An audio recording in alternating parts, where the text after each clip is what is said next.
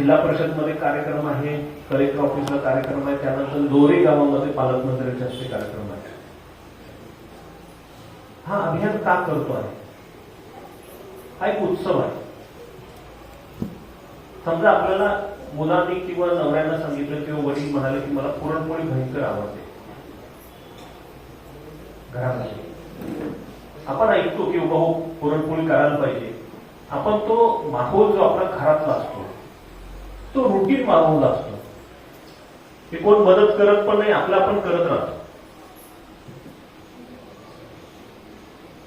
मग त्याच्यामध्ये पुरणपोळी 10 वाजता करायची असते तरी 11 वाजता होते किंवा 9 वाजता पण होते, पण त्याच्यात मन नसतं.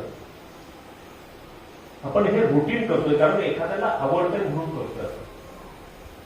तसं शासनाची योजना आहे, एखाद्याला लाभ द्यायचा आहे म्हणून द्यायचं, म्हणून काम करायचं.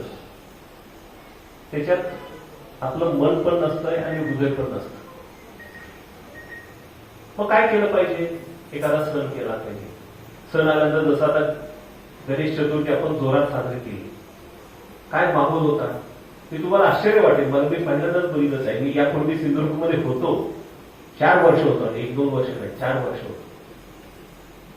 तर त्यावेळेस मी काही बघितलं नव्हतं, पण आता मी 10 दिवस मी ऑफिसला जाऊ शकलो नाही, कोणच नाही ऑफिसमध्ये. हा माहोल का तयार झाला?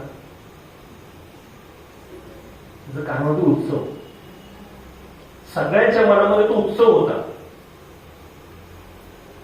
आणि प्रत्येकानं त्या उत्सवासाठी जे काही देता येईल, जे काही योगदान देता येईल, जो काही आनंद मिळवता येईल त्याच्यातून तो मिळवणार.